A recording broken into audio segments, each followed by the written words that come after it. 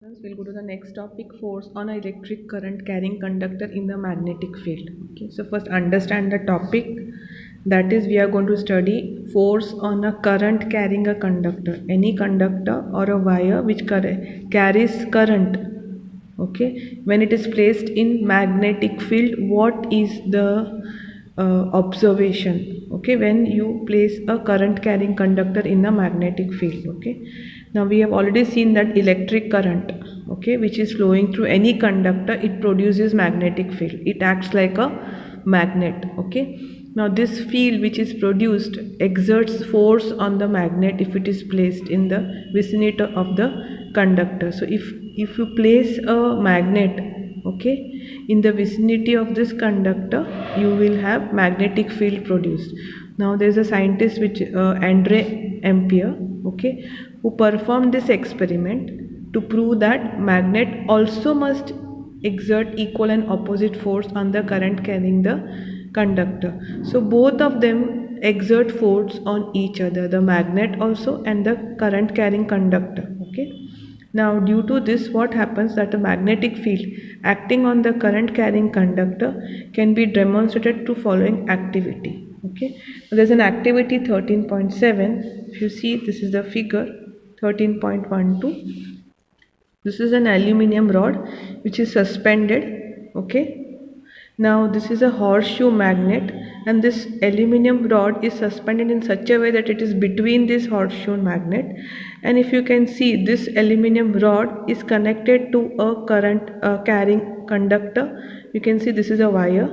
Okay, it connects the two ends of the aluminium rod. Okay, the one end of the conductor is here, other end is here. Okay, this is the cell and this is the key. Okay, now when you on the current, okay, now through this aluminium rod of AB, which is 5 centimeter long, we observe that the rod is displaced towards the left.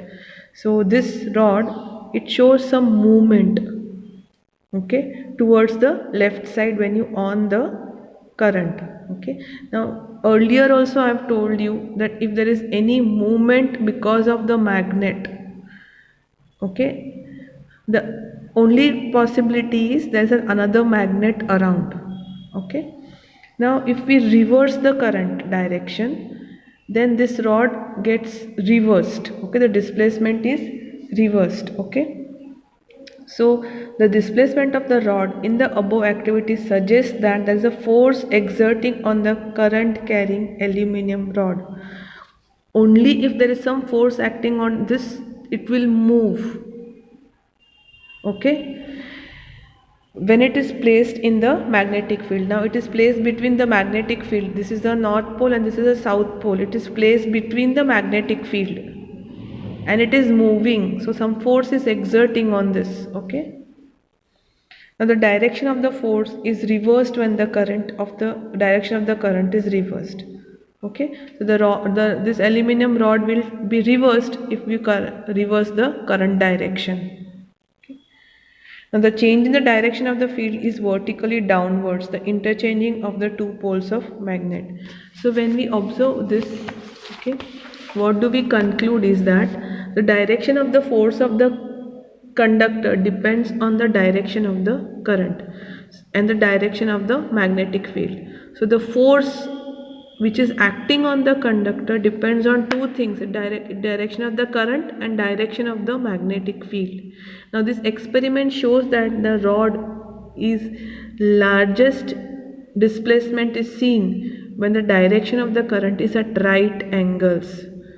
So maximum displacement, maximum movement is seen when the current is at the right angles to the direction of magnetic field. That means if the magnetic field is like this, the current should flow like this. You will have maximum displacement if it is forming a right angle, the magnetic fields and the current.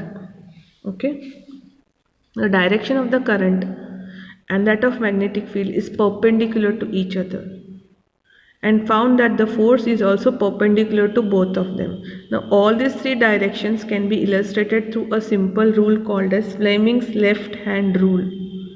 Okay, now three fingers are used here, your thumb, forefinger and middle finger. This is your thumb, this is your forefinger, and this is your middle finger.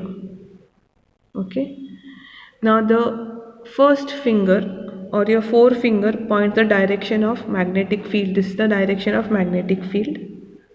The second finger or the third finger, this is, it gives you the direction of the current, and the thumb will point to the direction of the force which is acting on this current. Okay, so for simple right hand rule, you have to take your hand like this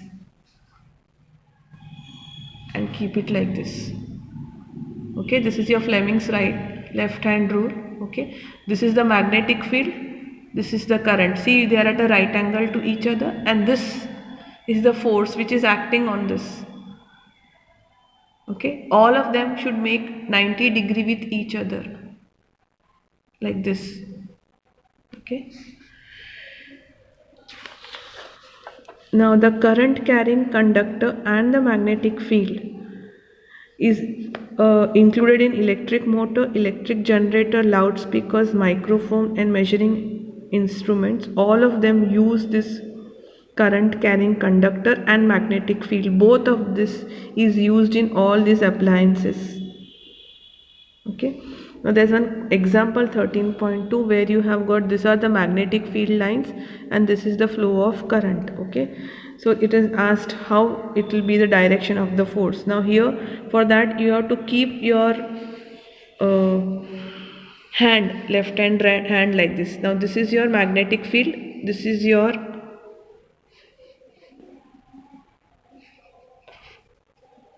current, this is a magnetic field. Okay, and this is your current like this. So how will the force go? Force will go like this, upwards. Okay, so it is going into the page. Okay, so if you can see, the force will go like this, up direction, so it will be into the page. Okay, thank you.